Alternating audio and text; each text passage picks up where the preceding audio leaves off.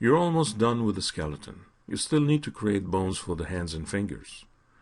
This process is a bit time-consuming, as this is where you'll have the most bones in the skeleton. In fact, this is also true in human anatomy. The hands and fingers have the most bones in a human body. Whereas you created the arm bones in the top view to favor the forward-backward rotation of the arm, you'll create the hand and fingers in the front view to favor the local z-axis.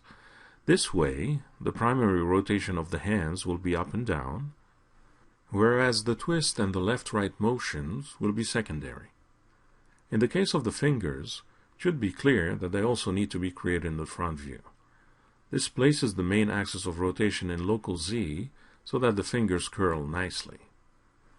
The finger bases would also need to rotate slightly in local y to spread the fingers in a secondary motion. The rest of the finger joints shouldn't need any such secondary motion. The fingers should not need a twisting rotation either. The thumb is a little harder to set up. It should be noted that contrary to the fingers, the thumb bones should be created in the top view. Once adjusted, the Z local rotation works best to make the thumb rotate properly. A secondary rotation on the y-axis is also important for the thumb base, much like it was for the fingers. The rest of the thumb joints need only rotate in Z. Maximize the front view and set it to shaded mode.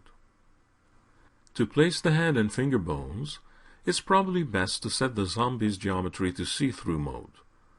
This will enable you to see inside the mesh in shaded views. In order to do that, you need to unfreeze the mesh layer and then select the zombie character and press Alt-X.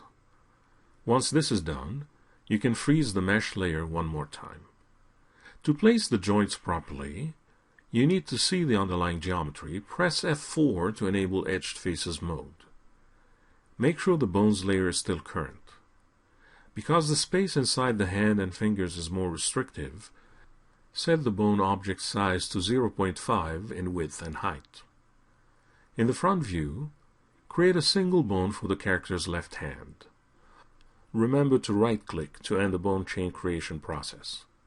As always, do not worry about accuracy at this point, and don't create a new bone too close to an existing one. By doing so, you risk connecting the new bone to the existing one, and you don't want that at this stage. Name the new bones Hand and Hand Nub. Using the Selection tool, select the main hand bone you just created, not the nub. Using the Align tool, align the selected bone to the original wrist bone named Zombie Left Wrist Bone. Make sure you align the two bones pivot to pivot in position in all three axes. In rotation, make sure only the X rotation is active. This ensures the hand is aligned with the elbow, although it has different Y and Z orientations. In the Bone Tools dialog, enable Bones Edit mode. Select the nub and make any necessary adjustments. Make sure you only move the nub on the local XY plane to keep the hand bone aligned with the forearm. If you wish, you can even adjust the hand bone size to look more like a hand. This will have no effect on the skinning.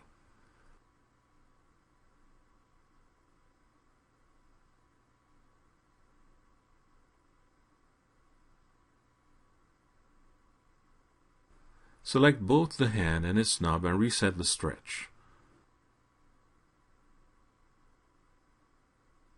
Exit Bone Edit mode when done. Next, you create a bone chain for the first finger. In the front view, create a 3-bone chain for the index finger.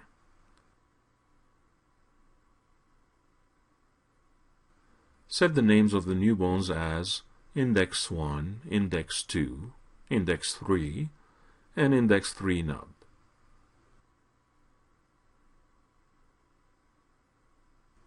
Select the base bone, Index 1, and relocate it in the top view. Make sure you place it where the knuckle should be. A common mistake is to place it too forward in the finger. Using the Rotate tool, rotate the base bone on its local Y-axis so that the whole finger chain is aligned with the geometry.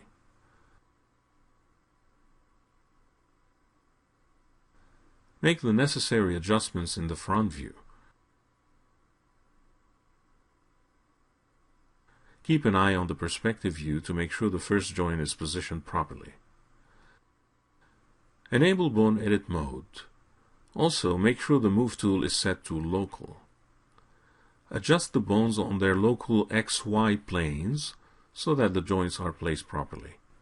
There is no magic formula here.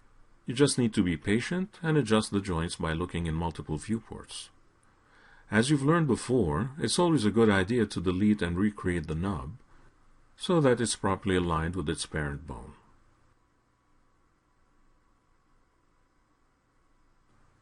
When you're done with the index chain, reset the stretch and exit Bone Edit mode.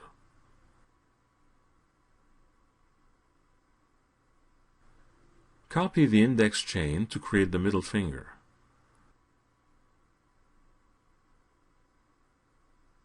Rename the bones accordingly, middle 1, 2, and 3, and don't forget the nub.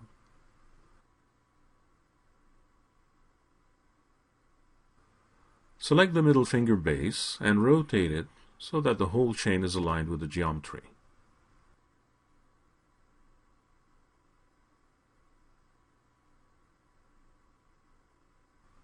In Bone Edit mode, adjust the positioning of the joints on the local XY plane.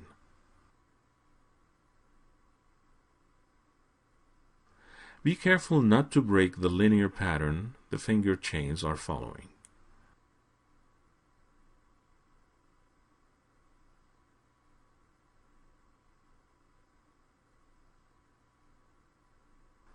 Reset the stretch and exit Bone Edit mode when done.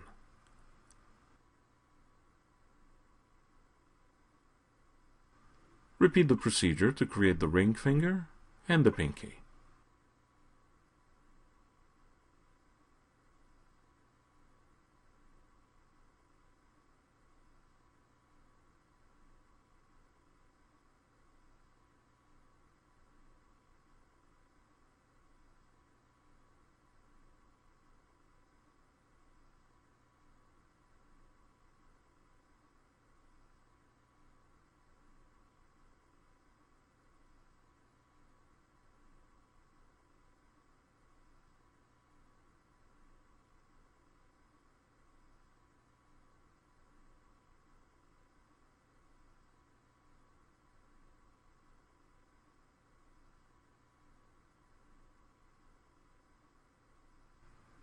When you're done with the 4 fingers, create a chain for the thumb. Make sure you create it in the top view to favor the proper rotation on the local Z-axis. Of course, because you created it in the top view, you need to select the base and move it up to the correct height. You'd probably need slight local rotations in Y and even in X to orient the chain to follow the geometry.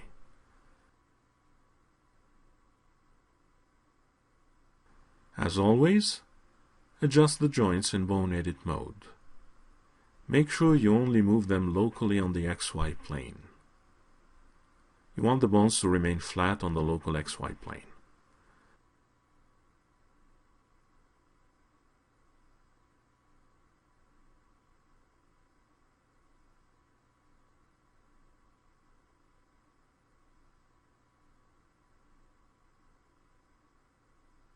When you're done, select the fingers and the thumb's base bones and link them to the hand.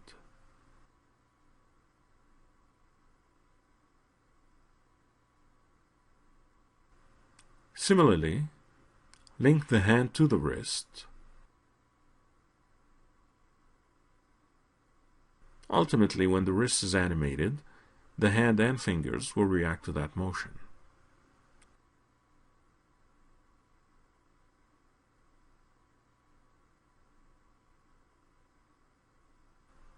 Don't forget to use the Rename Objects tool to add the zombie_left_ prefix and the _bone suffix, as you did before with the rest of the skeleton. You're almost done. In the next movie, you'll wrap up the skeleton by adding the right hand.